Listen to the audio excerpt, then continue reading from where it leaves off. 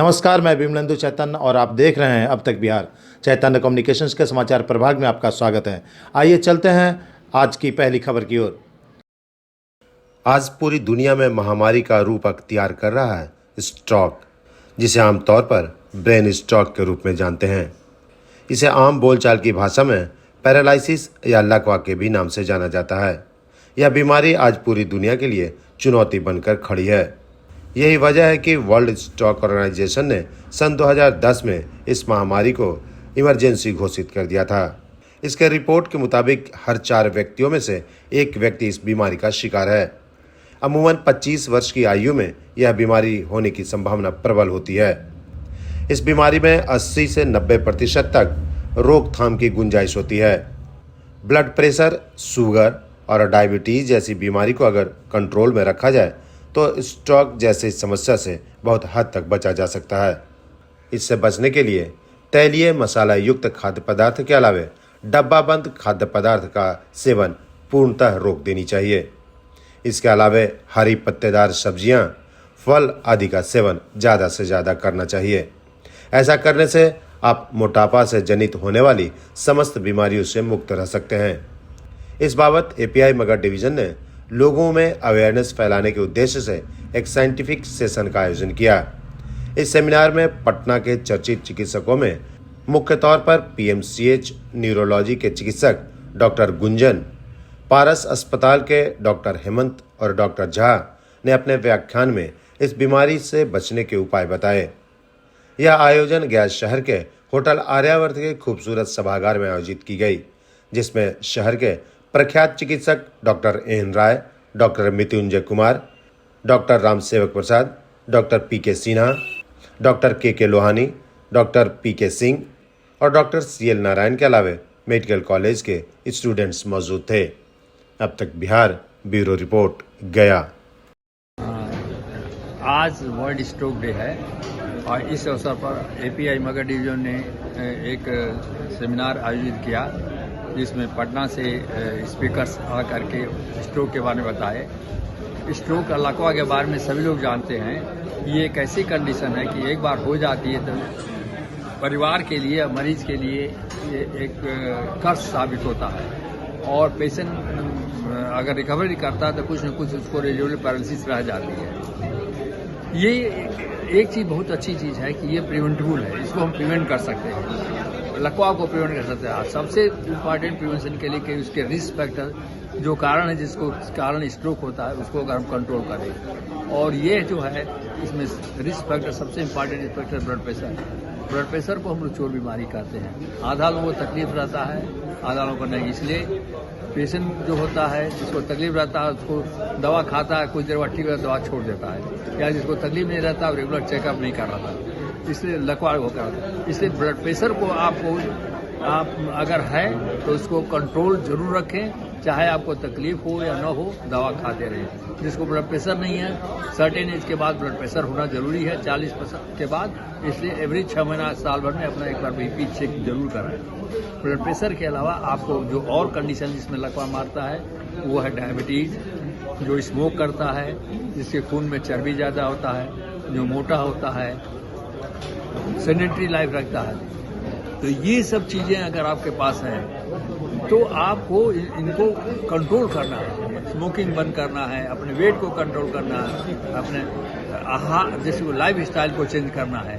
खाने में जो है अगर नमक कम खाना है, घी तेल चिकना चीज़ कम खाना है, हरी सब्जी खाइए, फल खाइए, फ्रूट्स खाइए। वर्ल्ड स्ट्रोक डे था। हर साल 2006 के बाद से 29 अक्टूबर को वर्ल्ड स्ट्रोक डे, जिसको हम लोग आम बोलचाल की भाषा में लकवा या पैरालिसिस बोलते हैं। तो लकवा या पैरालिसिस कोई साधारण बीमारी नहीं है। 2010 के आसपास में जो है वर्ल्ड स्ट्रोक ऑर्गेनाइजेशन जो है इसको एक इमरजेंसी घोषित किया है, क्योंकि हर 4 में से एक व्यक्ति जो 25 साल के ऊपर हैं उनको अपने लाइफ टाइम में लकवा होने की गुंजाइश रहती है। और 80% से 90% होते ऐसे बीमारी है जिसको कि रोका जा सकता है, प्रिवेंट किया जा सकता है, रोका जा सकता है। अगर हम अपने ब्लड प्रेशर को, अपने डायबिटीज़ को, अपने शुगर को, अपने मोटापे को अगर कंट्रोल करें तो इन बीमारियों को रोका जा सकता है। यानी कि ये हमारे जो है सो लाइफ स्टाइल जनित बीमारियां हैं। तो इसलिए ये बहुत इम्पोर्टेंट है और इसी कारण से आज हम लोग इसके अवेयरनेस के लिए एक प्रोग्राम रखा था यहाँ पे, और इस प्रोग्राम में पटना से हमारे 3 चिकित्सक आए थे जिन्होंने बहुत अच्छी जानकारियाँ दी। कौन कौन लोग आए थे? और डॉक्टर गुंजन थे जो कि पीएमसीएच में न्यूरोलॉजी में हैं, और एक डॉक्टर हेमंत थे जो कि पारस अस्पताल में हैं, और एक डॉक्टर झा थे जो कि पारस अस्पताल में। 3 लोग आए। आम लोगों को सलाह तो आप दीजिए। ठीक है, thank you. Today is World Stroke Day, and it was a good occasion to discuss stroke, and all the 3 speakers have spoken brilliantly. I will just let you know the history, because I belong to the pre-imaging era. How we used to diagnose in pre-imaging era?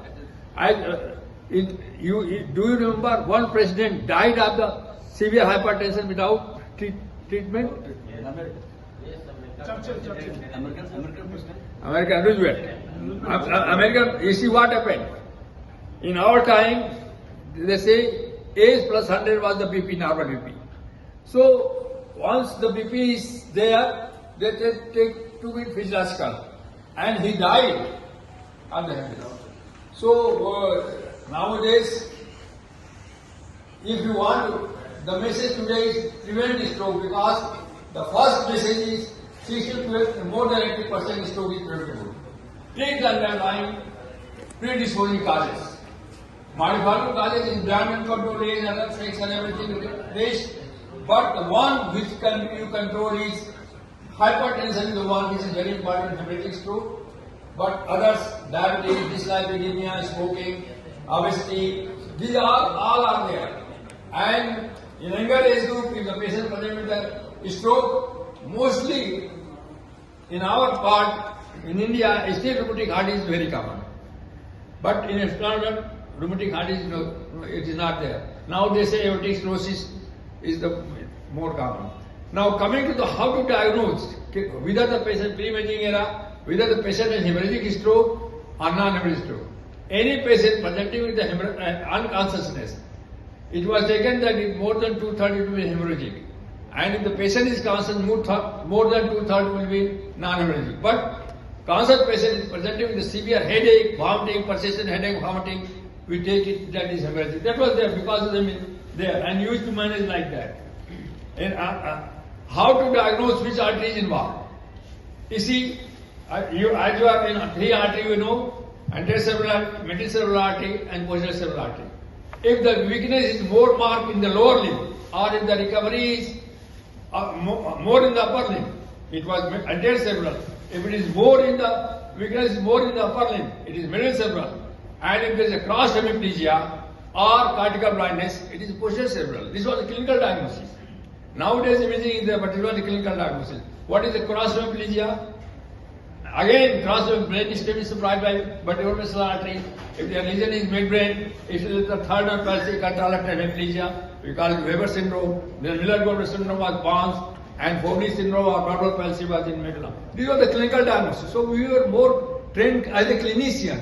Nowadays, people, they don't use stethoscope. They everything. Patient comes, send them for investigation. But we must use our clinical sense, because that is very important. I think, again, I must thank all the 3 speakers. They have spoken very well. Sir, your message go to the Yeah. Yes. Because you see what happened, still, majority, I think, even CT scan is not available in majority of the district in Bihar. Yeah. So, it's a clinical is more important. Clinical is more important. And if the patient is presenting, presenting the features of meningitis, acute onset feature of meningitis without a fever, neck stiffness, headache, vomiting, cerebral hemorrhage. These are clinical diagnosis. So thank you very much. Thank you. Now I will request Dr. Abseva sir to kindly do vote of thanks, and then we will proceed for the sir हाँ sir ले लिए, फिर ले लिए। Good evening to everybody. Honorable Dr. A.L. Rai sir, Chairman API Magar Division Dr. Mrityunjay Kumar Singh, distinguished esteemed speakers from Patna, distinguished members of API Magar Division, ladies, dear colleagues from Medical College, junior doctors from Medical College, I on behalf of API Magar Division, first of all I would like to thank Dr. Mrityunjay Kumar Singh, Chairman API Magar Division, for organizing a stroke, causes of the stroke management and prevention on the World Stroke Day. I also congratulate to my all esteemed speaker, Dr. Hemant Kumar, Dr. Anil Kumar Jha, and Dr. Gunjan for their brilliant talk on these topics. I am also thankful to all the distinguished members of the API Magar Division for their kind floor participation and for questions hearing. And also would like to thank all the junior doctors for participating in this conference. And last but not least, I would like to thank the Koila Intas Pharmaceuticals for sponsoring this program. Thank you. If you reduce too much, there is no autoregulation. Patient will have serious complication.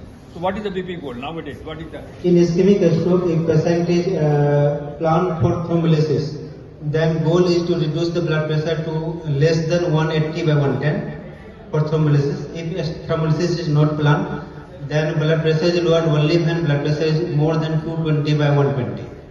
And reduction should be approximately 25% of the MAP, and further reduction is planned after 1 to 3 days. And for Hemorrhagic stroke. For hemorrhagic stroke, blood pressure goal is not fixed, but 150 by 90 is preferred to prevent rebleed and increasing of clot size. I would like to rectify this. For preventing further or recurrent stroke, either bleeding or ischemic, the goal is 130 by 80. It is the treatment purpose. When acute ischemic attack or acute stroke, then the goal differs. And that is 185 by 110 for when you want to thrombolize. Or if there is concomitant myocardial ischemia, you need to bring it down. Yes. Or you need to control the. If there is Yes. So there are different issues. Different 220 by 120 is the limit. There we have to maintain. there is no MI, no aortic dissection. Yes. In aortic dissection and MI, BP should be lowered. And in so far your hemorrhagic is concerned, acute stroke, not in prevention. Prevention 130 by 80. Acute stroke, it is now supposed to be less than 140, but then many trials have seen that well, it is equally good if less than 180. So it ranges from 140 to 179. Acute. If it's subacute hemorrhage, you have to bring it down back 130. Less than 130. Three different sets of goals in three different issues: acute ischemic stroke, acute hemorrhagic stroke, and subacute. Yes. Actually, this is quite controversial because actually not three, actually four. Because one is acute ischemic stroke, one is hemorrhagic, the other is subacute hemorrhage, and the fourth is traumatic patient. That is the fourth. So if you see all the four entities, still there is no unanimous opinion. So if you see the different trials, they support different. But the take-home message is that we have to have as a physician or as an is depending also the individualized awareness. That is number two, the decision to thrombolize or not. That is very important when the patient is coming.